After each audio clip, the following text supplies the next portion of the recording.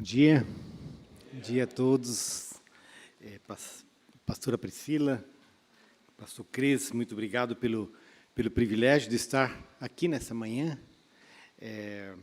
Como foi falado, eu sou ali da Redentor, e parabéns pelos 15 anos, eu queria dizer que a gente é mais velhinho do que vocês. Ali a gente já completou 150, né? Então, se juntar essas duas igrejas nesse lugar aqui, a gente já tem um monte de história nessa cidade, né? De histórias que acompanharam as mudanças, o crescimento dessa cidade, a presença histórica dessas igrejas aqui nessa cidade, né? Aliás, não é a primeira vez que eu estou aqui.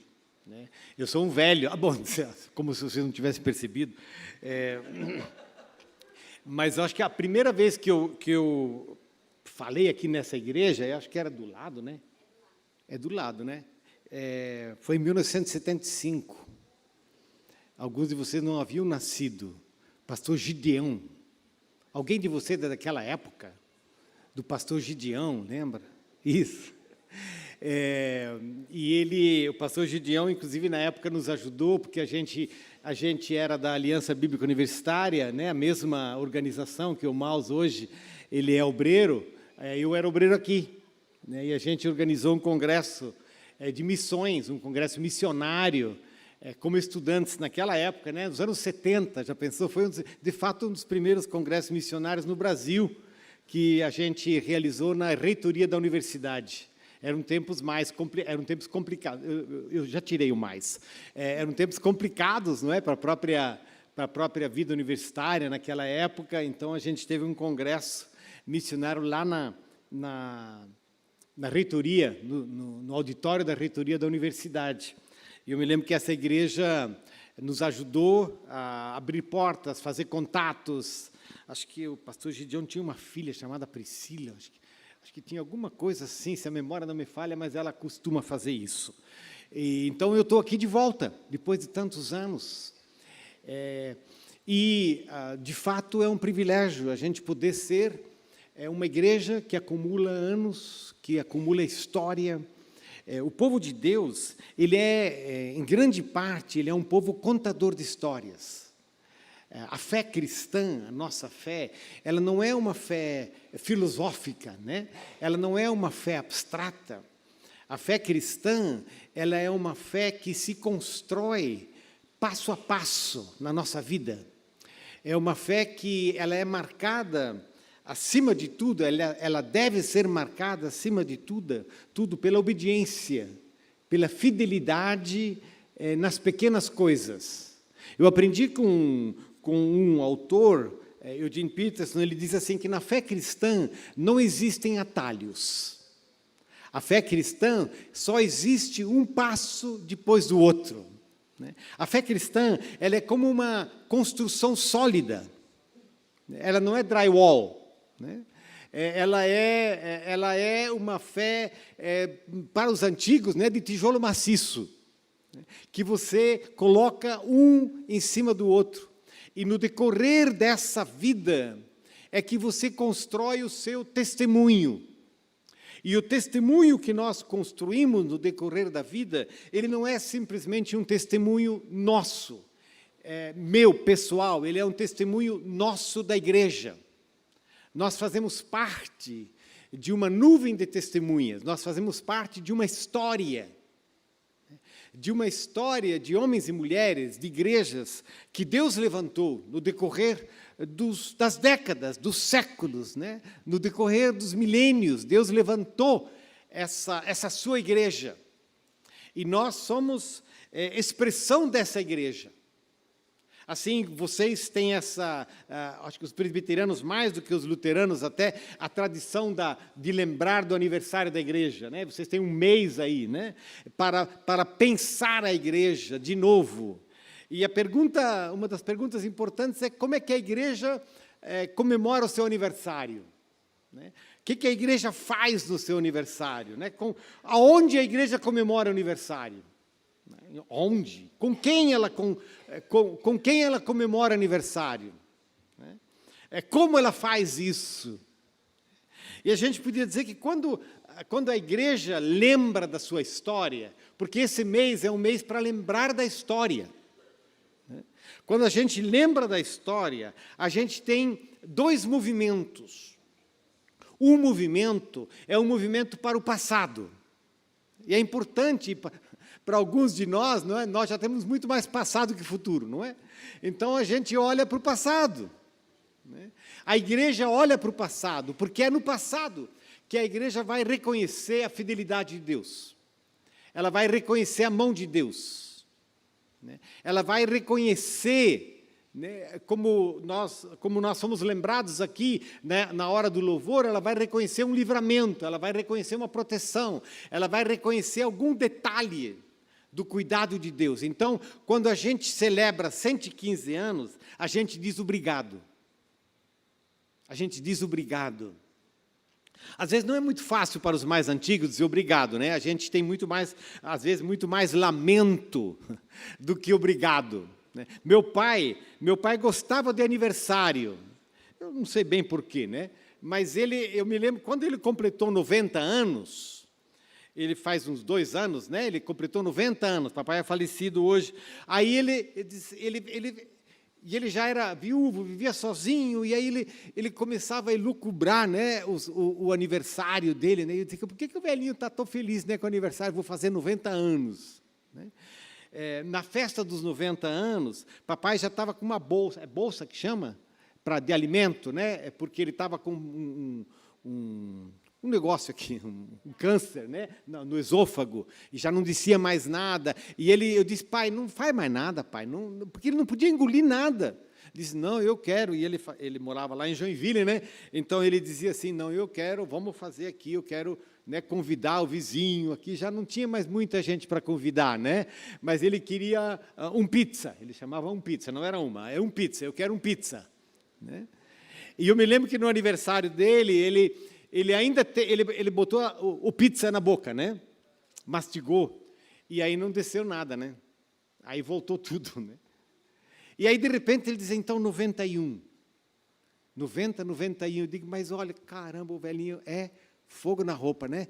Já não desce mais nada, né? Ele ainda quer sentir o gostinho do pizza, e né? E no final da vida dele, papai era uma pessoa muito rígida, exigente, meio taciturna, né, digamos assim. Meio não, bem, né? Se lê bem e meio, né? Tá assim. Mas aí, no final da vida dele, já no hospital, nós tivemos um momento de ceia. O meu filho estava aí, que era o neto mais velho, e nós tivemos esse momento de ceia. E aí, no final desse momento de ceia, eu disse, pai, porque, né, esses alemão durão, assim, eu disse, pai, você quer orar? Né? Aí ele disse, quero. E ele nunca foi muito uma pessoa de público, né, de falar em público, de orar em público, essas coisas assim, não era muito fácil para ele. Disse, pai, você quer orar? Ele orou. E aí, na oração dele, eu disse, no final da oração dele, eu disse, caramba, não é que a palavra mais importante que apareceu nessa oração foi gratidão. Se o homem se converteu no funeral dele, eu falei sobre isso. Papai foi um homem que se converteu à prestação. Né? E ele foi aprendendo a dizer, a expressar gratidão. Mesmo que durante a vida ele tenha muito mais exigido do que dado. Não é? No final da vida, ele aprende a pronunciar a palavra gratidão. A igreja, ela precisa aprender a pronunciar a palavra gratidão. Gratidão pela fidelidade de Deus, gratidão pela suficiência de Deus, gratidão pela graça de Deus, gratidão pelo dom que Deus nos deu e nós podemos celebrar a vida, gratidão por cada ano que Deus nos deu, né? Gratidão por aqueles que atravessaram os tempos aqui na igreja, por homens e mulheres que foram fiéis, às vezes com dificuldades, às vezes com choro, às vezes com lágrimas, às vezes até rindo um pouquinho, né? Às vezes com histórias bonitas, às vezes com histórias tristes, mas sempre de novo dizendo, obrigado, Senhor. A festa de aniversário na igreja é um momento para a igreja conseguir soletrar a palavra obrigado e a palavra gratidão. E hoje eu queria fazer isso com vocês. Obrigado, Senhor, por essa igreja. Obrigado, Senhor, por essa cidade. Obrigado, Senhor, por estar aqui, nesse lugar, nessa cidade, pela vocação que Tu nos tens dado. Tanta coisa mudou, não é? E tão pouco mudou. Tanta coisa mudou em termos do externo, né? Tão pouco mudou em termos da vida que é feita do pequeno passo, dia após dia. Assim, quando a igreja celebra o seu aniversário, ela se encontra sempre de novo com a palavra gratidão.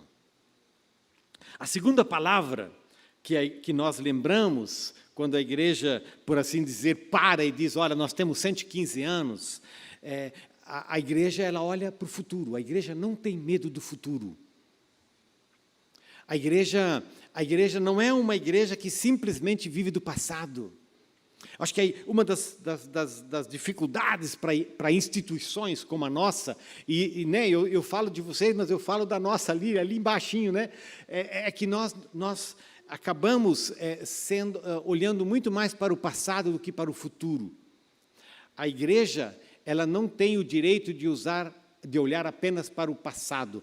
A igreja olha para o passado para que ela possa olhar para o futuro. Porque no futuro a igreja se reencontra com a sua vocação. A igreja ela tem uma vocação, ela tem um chamado de Deus. Quando a gente fica mais velho, é verdade, a gente acaba falando mais de história, porque a gente tem muito mais de história, não é? E no futuro, à medida que os anos avançam, a gente acaba desistindo do futuro, né? E de novo lembrando o papai, né? E dizendo, olha, de repente já não tem mais muita vontade de olhar, não, esses jornais, eu já vi tudo esse negócio, já sei tudo, e a igreja tem uma tendência de se fechar em si. E a igreja que se fecha em si, ela deixa de ser igreja, porque a vocação da igreja é para o outro.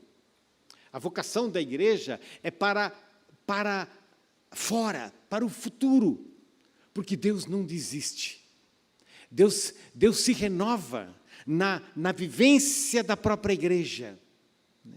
E ao se renovar nessa vivência da própria igreja, ela tem a alegria da juventude. Uma igreja de 115 anos, ela é uma igreja jovem. Ela é uma igreja jovem. Muitas vezes, quando a gente tem contato com a Europa, hoje em dia, a gente percebe que a Europa envelheceu mesmo, não é? Ficou velha, né? As igrejas envelheceram, algumas dessas igrejas, elas se tornaram museus, elas se tornaram mausoléus, elas se tornaram lugares de visitação pública, para que as pessoas olhassem para trás. Mas nós precisamos continuamente ser uma igreja que olha para frente, que olha para o futuro. A igreja que celebra o seu aniversário se reencontra com a sua vocação. E a vocação fundamental da igreja é a vocação para seguir a Jesus. E se uma igreja que segue a Jesus é uma igreja em sintonia com o seu tempo. A igreja que segue a Jesus, ela é uma igreja que caminha para o futuro, com a marca da fidelidade, a vocação que Deus nos dá. Eu queria abrir com você hoje de manhã Marcos 6, Marcos capítulo 6. Alguns de vocês, de repente, vão olhar esse texto comigo, E eu queria... A Bíblia não fala muito sobre aniversários, não é? Até porque essa tradição, né, de cumprir aniversário, essa é uma tradição recente na história ocidental, né, de marcar esse dia, fazer as festinhas de aniversário. Mas aí em Marcos 6 tem um texto que fala sobre aniversário. Né?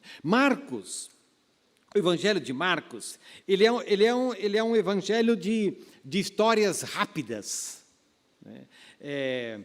Marcos, você vai lembrar, ele tem 16 capítulos, 15, 16 capítulos. Marcos é um evangelista que tem pressa. Né? Então, ele está sempre... a Cilida diria assim, puxa, parece que você está sempre apressado. Né? Então, o Evangelho de Marcos, ele é um evangelho compacto. Nesse capítulo 6, eu queria trazer à nossa memória duas histórias, dois momentos do Evangelho. Uma primeira história é uma festa de aniversário. Eu queria que você olhasse comigo para o versículo 21. Capítulo 6, Marcos 6, versículo 21. Chegando uma ocasião favorável em que Herodes, no dia do seu aniversário, tá bem? No dia do seu aniversário, então, estamos em casa, né? Tá. Chegando uma ocasião favorável em que Herodes, no dia do seu aniversário, deu um banquete às autoridades, aos oficiais militares e às pessoas importantes da Galileia. A filha de Herodias entrou no salão e, dançando, agradou a Herodes e aos seus convidados. Então o rei disse à jovem, peça o que quiser, e eu lhe darei. E fez este juramento, o que você me pedir, eu lhe darei, mesmo que seja metade do meu reino. Ela saiu e foi perguntar à sua mãe, o que pedirei? A mãe respondeu, a cabeça de João Batista. No mesmo instante, voltando apressadamente para junto do rei, disse, quero que, sem demora, o Senhor me dê, num prato, a cabeça de João Batista. O rei ficou muito triste, mas por causa do juramento e dos que estavam com ele à mesa, não quis negar o pedido da jovem. E, enviando logo o executor, mandou que lhe trouxessem a cabeça de João, ele foi e o decapitou na prisão.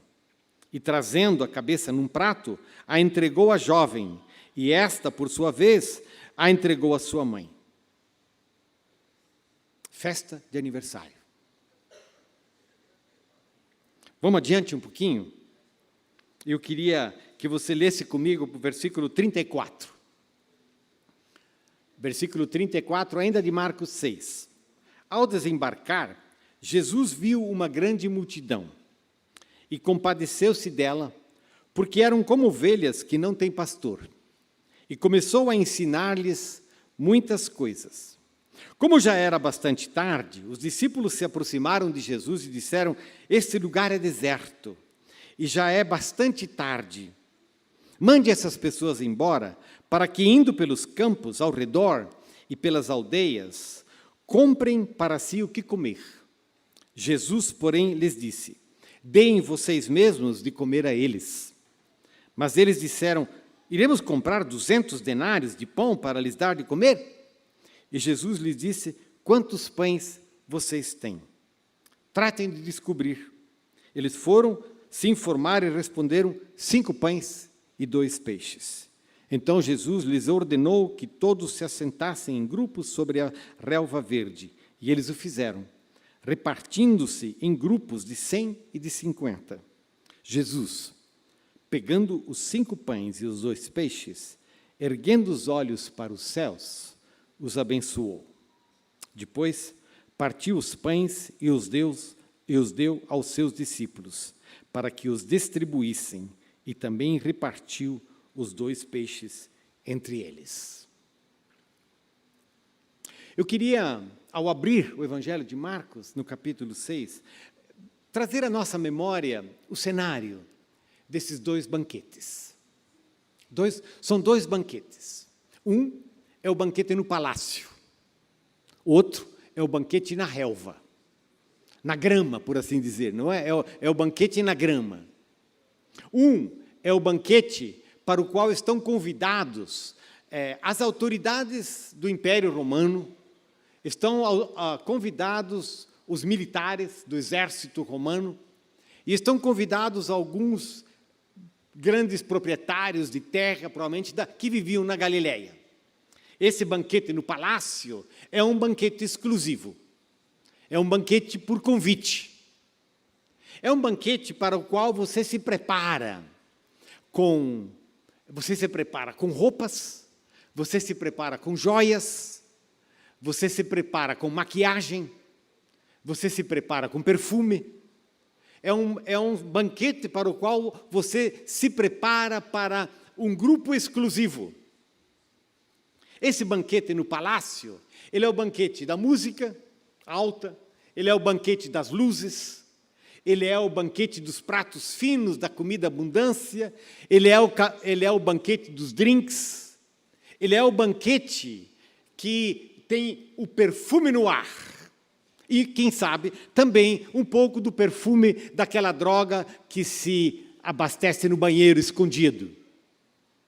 É o banquete de Herodes Antipas, é o seu aniversário. Na época de Jesus, o governador da Galileia, onde Jesus passou grande parte da sua vida e também do seu ministério, se chamava Herodes Antipas. Ele era filho do grande rei Herodes, do qual nós conhecemos por ocasião do nascimento de Jesus. E Herodes Antipas é o filho dele que pegou um pedaço do reinado do pai, e ele foi governador dessa área onde Jesus nasceu, que era a Galileia. Quando Herodes Antipas assumiu o poder, havia uma capital chamada Séforis, que havia sido destruída, queimada por alguns judeus revoltosos, ano 3, 4. E ele reconstruiu essa capital. E depois disso, ele construiu uma outra capital, que nós conhecemos pelo nome de Tiberíades. Você já ouviu nos evangelhos, não é? Tiberíades, que era uma capital, uma cidade daquela época, que esse Herodes Antipas construiu em homenagem ao imperador Tibério, que era o grande imperador da época do Império Romano, Tibério, e o Herodes Antipas, para fazer um gesto de agradar, por assim dizer, não é? Por assim dizer, não, para agradar mesmo, não é? O imperador, ele construiu Tiberíades. E esse texto fala de um momento onde Herodes faz uma festa. Festas, banquetes comuns para aquele grupo, como se fazem hoje em dia, não é? São festas de aniversário, o governador tem uma festa de aniversário, se faz todo um banquete, mas podem ser, né, o dono de empresa, ou você sabe como é esse jogo, não é? Onde, de repente, autoridades, pessoas importantes, influentes em nossa sociedade, elas comemoram, às vezes até, não sei se é a tradição aqui, né, o pastor faz isso, né, faz um grande momento para juntar todo mundo, mostrar um pouco essa convocatória, e se monta um cenário. O mundo sabe montar cenários, né? O mundo sabe montar cenários, e os ingredientes com os quais a nossa sociedade monta os cenários são os que eu descrevi. É o ambiente das luzes, é o ambiente da maquiagem, é o ambiente da comida farta. Quer dizer, a marca de um bom banquete para o Herodes Antipas era esse, não é? Precisa ter comida para todo mundo, não pode faltar. O vinho precisa ser bom. A roupa precisa ser nova de preferência, ou então alguma coisa que você não usou muitas vezes, que fica chato, né? Outro pessoal, alguém vai dizer, olha, lá vem ela de novo com aquela roupa dela. Né? Então você escolhe alguma coisa, ou então você faz como a Dona Cileda. Dona Cileda é lá do aqui, ela dá uma disfarçada na roupa velha. né? Bota um adereço, joga um chale por cima, né? Faz alguma coisa, dá uma modificada e as pessoas, de repente, nem reconhecem que aquela roupa já tinha cheiro de mofo. Porque você deu uma ajeitada. Bota no sol, né? Uma costurinha, faz um jogo que é o jogo da aparência. Você precisa estar bem, você precisa sorrir, às vezes não está muito bem, toma um Alka-Seltzer, né? Essa foi antiga, né? Ainda existe Alka-Seltzer? Tá boa? O Engove, né? O Engove vem depois. Depois vem o Engove, né? E às vezes o Engove precisa ser muito forte, né? Às vezes você nem gosta muito, você nem está muito bem, mas você precisa, né? E alguns de nós, de repente, precisa muita maquiagem, né? Muita maquiagem, não só fisicamente falando, mas maquiagem emocional, né? Para você, né? Para você sorrir, porque se o Herodes Antipas te pega não sorrindo, e ele vai dizer o quê? Não gostou da comida? Não gostou da música? Tem algum problema? Ou seja, é um banquete de aniversário, mas ele acaba fazendo um jogo. Tem um outro banquete aqui, nesse cenário, que é o banquete na grama, o banquete na relva, melhor, né? Porque grama em Israel não é muita grama, né? Muito deserto ali, muita pedra, não é? Um banquete na relva. Esse texto, Jesus está chegando no barco, atravessando o lago, e diz o texto que as pessoas estão vendo, ele está atravessando o lago, e elas vão correndo, né? Elas vão para encontrar com ele. O barco começa a chegar, e à medida que o barco chega, eles percebem que tem uma multidão de pessoas, e Jesus olha para aquela multidão, e diz o texto, e ele tem compaixão delas. E ele diz, olha, elas são como ovelha sem pastor. E ele desce do barco em direção a elas. No início dessa história, Jesus chama os discípulos e diz para eles assim, gente, vamos atravessar esse lago, porque a gente quer descansar. A gente quer ir para Vossoroca, numa casa lá, né? A gente quer descansar, vamos fugir. Porque ele tinha acabado de receber a notícia de que o João Batista havia sido decapitado. Era um momento difícil. E Jesus entra no barco e diz, vamos fugir daqui. E quando eles chegam no outro lado do barco, eles veem uma multidão. E Jesus olha para aquela multidão e tem compaixão delas. E ele desce do barco.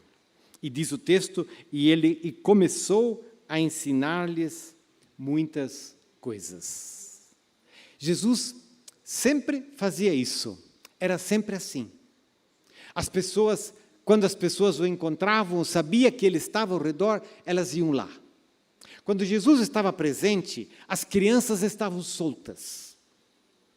Ele gostava de crianças. E você pode imaginar ele saindo do barco e se abaixando para abraçar e encontrar alguma criança. Quando Jesus encontrava as pessoas, elas se sentiam livres. Elas sentiam que estavam na presença de alguém que dava atenção a elas. Quando Jesus se aproximava, as mães traziam os seus filhos. E as mães sentiam que Jesus gostava das crianças. Jesus gostava das pessoas, dos enfermos. Jesus olhava para as pessoas com o olhar de quem gosta delas. Há uma diferença entre o olhar de Herodes Antipas e o olhar de Jesus. O governador Herodes, quando ele olha, ele quer saber se você cumpre o protocolo. Ele quer saber se você está seguindo o cardápio. Ele quer saber se você é fiel a ele. Ele quer saber se você contribui para o poder dele. Quando Herodes Antipas olha para as pessoas, elas têm medo de estarem fazendo alguma coisa que ele não goste. Porque se elas fizerem alguma coisa que ele não goste, elas vão pagar um preço muito alto. Quando as pessoas estão diante de Jesus, os nervos, né, os tendões soltam. Quando as pessoas estão diante de Jesus, elas relaxam.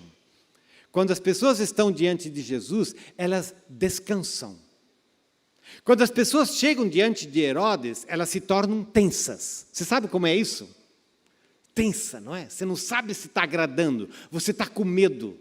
A musculatura fica tensa, o estômago embrulha. Quando as pessoas estão diante de Jesus, a tensão vai embora. Elas ficam livres, elas se soltam. As crianças são o melhor exemplo do que acontece quando Jesus está presente. As crianças, elas correm, elas riem, elas brincam, porque Jesus está presente.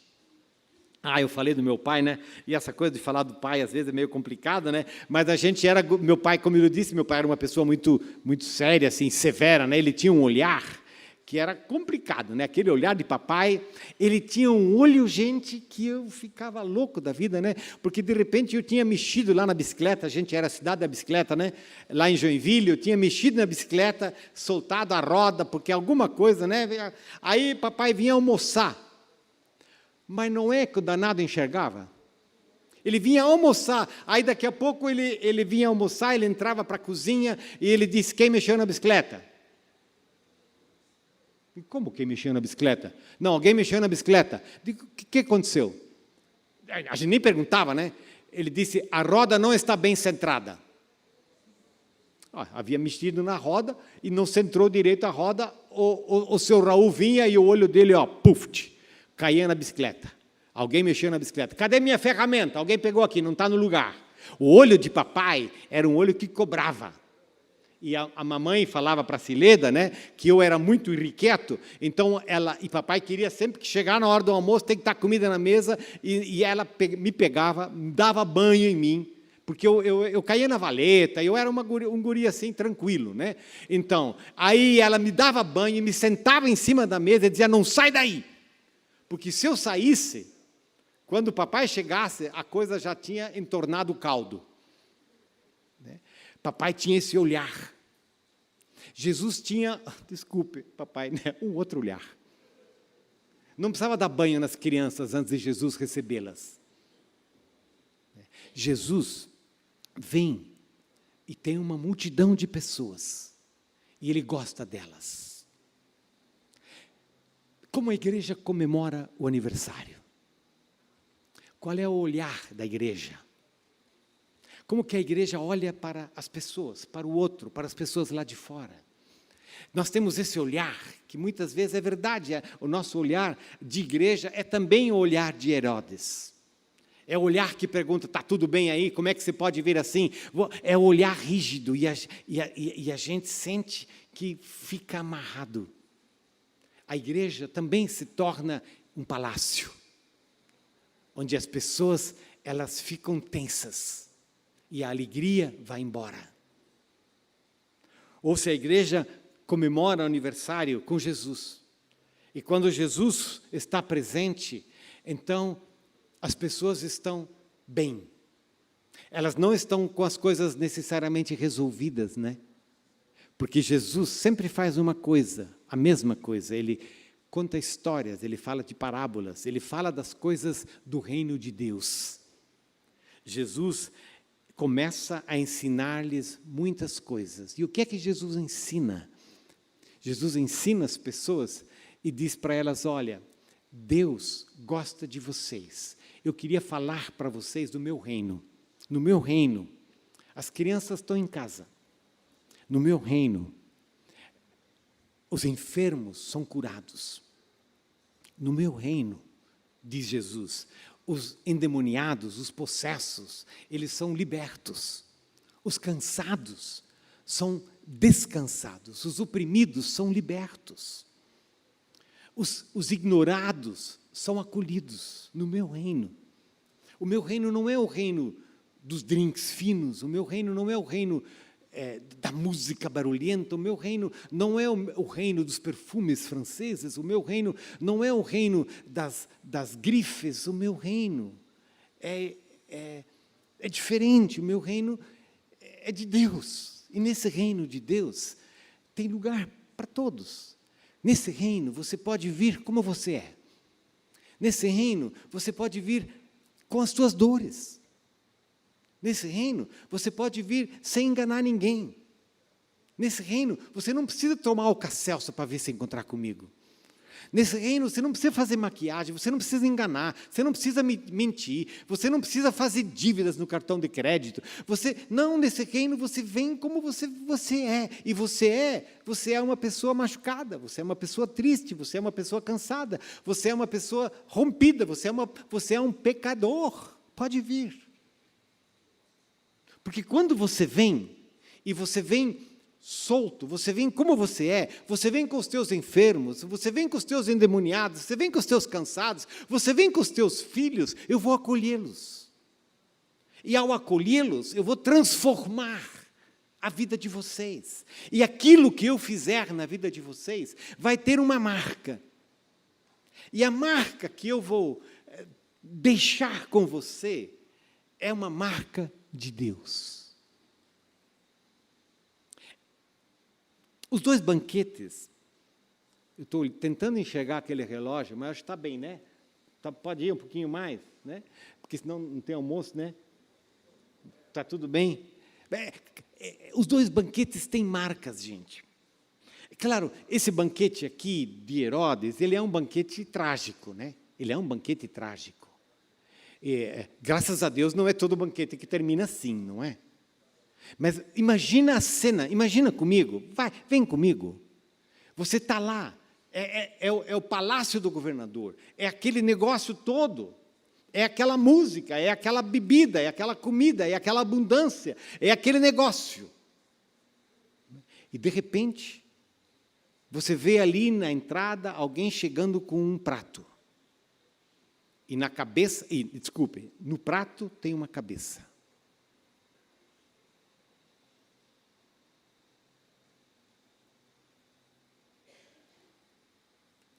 A música vai ficando desconexa, né? A música vai ficando desconexa. Já ninguém mais vai se aproximar do buffet, não é? Inclusive a mesa dos drinks começa a ficar vazia. O volume das vozes fica mais baixo. Aquelas vozes, né? E já com bebida, e elas vão aumentando de volume, e de repente esse volume vai ficando mais baixo. Um ou outro começa a sair, meio que escapando, não é? Vai embora. O marido olha para a esposa e diz: vamos embora daqui. O que é isso?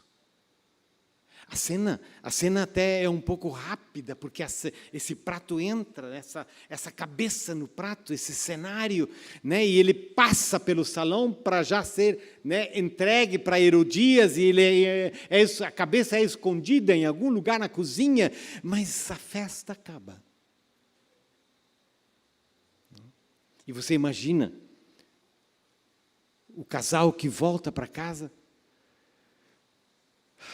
e entrando na casa, não é? Arranca aquela roupa e diz: eu preciso de água, né? E aí o casal senta por um pouco e ele olha para ela e diz: o que foi aquilo? O que foi aquilo? Eu nunca mais quero pôr os pés naquele palácio. E se pega no corpo, né? Diz: é como se eu sentisse aquele prato no meu corpo. Como acaba esse banquete? Que cena mais macabra. É interessante como acabam os banquetes do mundo. Claro que nem todo ele acaba assim, literalmente, não é verdade?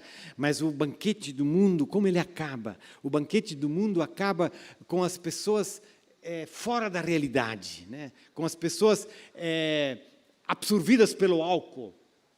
O banquete do mundo, ele se prepara com luzes, com cheiros, mas ele acaba azedo. O banquete do mundo acaba com ressaca. Com ressaca. Engova, agora sim, né?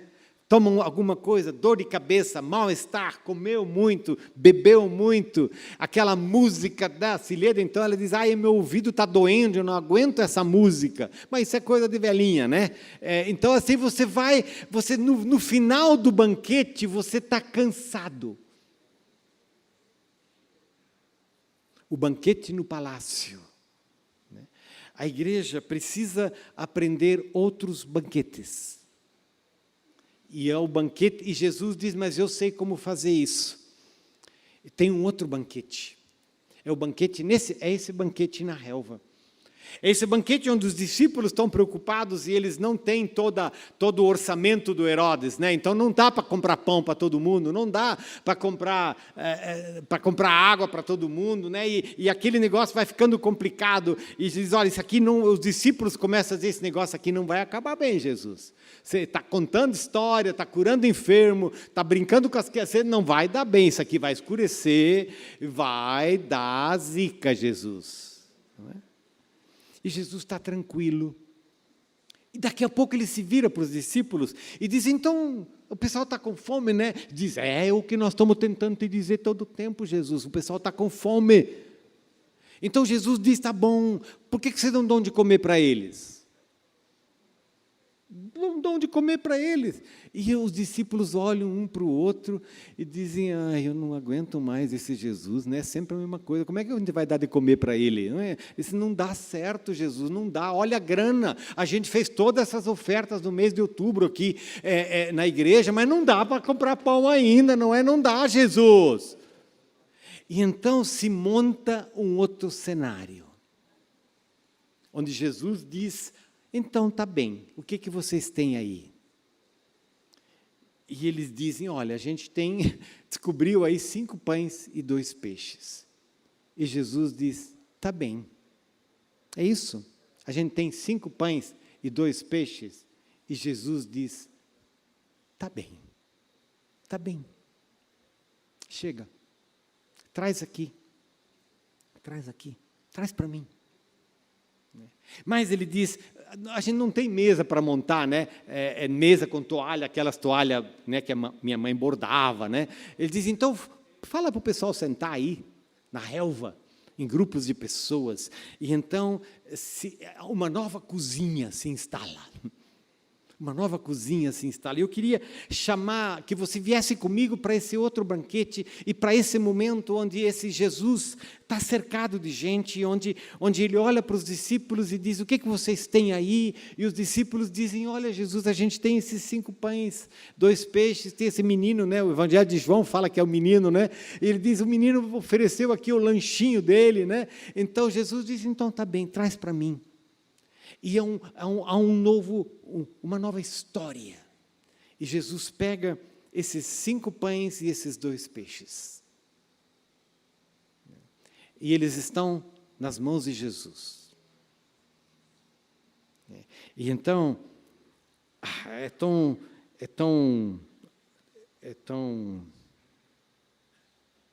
Você sabe como é tão? Assim, ele segurando esses pães e esses peixes nas suas mãos, as pessoas olhando para aquelas mãos, a multidão, gente, é muita gente. Ele levanta os olhos aos céus.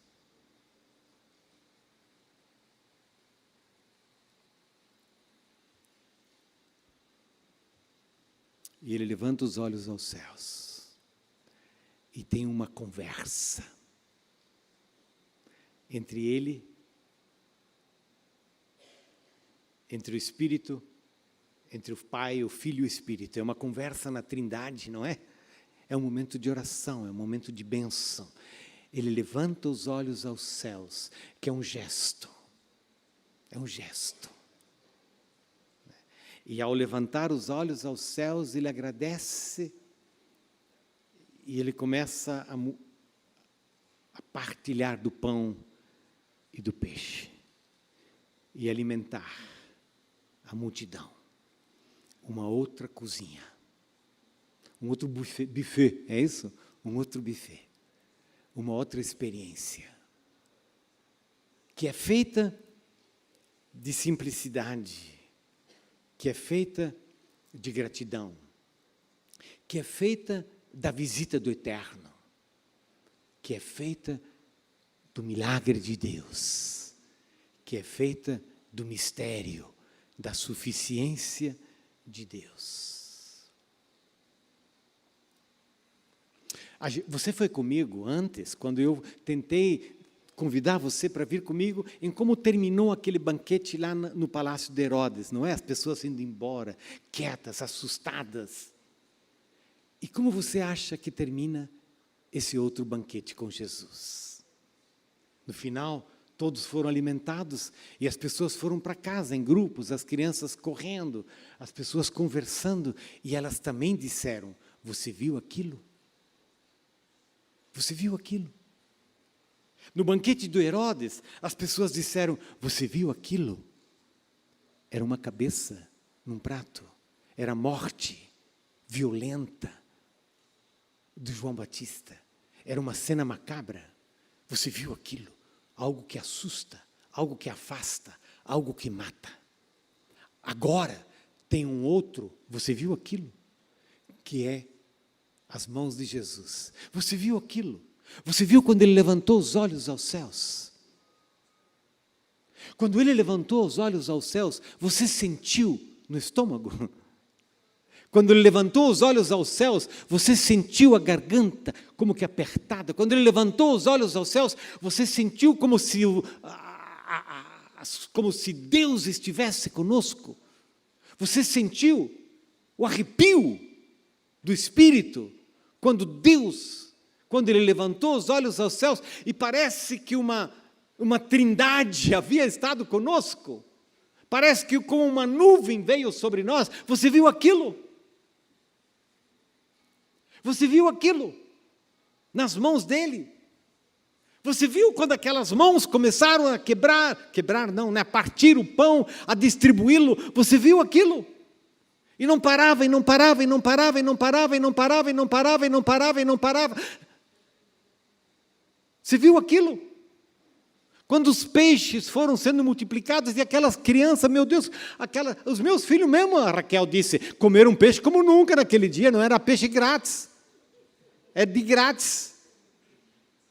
E eles foram falando dessas histórias. E elas disseram: gente, o que é que está acontecendo? Deus está conosco. Deus está conosco. A gente come peixe. Deus está conosco. Ele nos alimentou. Deus está conosco. Jesus está com a gente. É assim que as pessoas foram para casa naquele dia. Deus está conosco. A vida está diferente.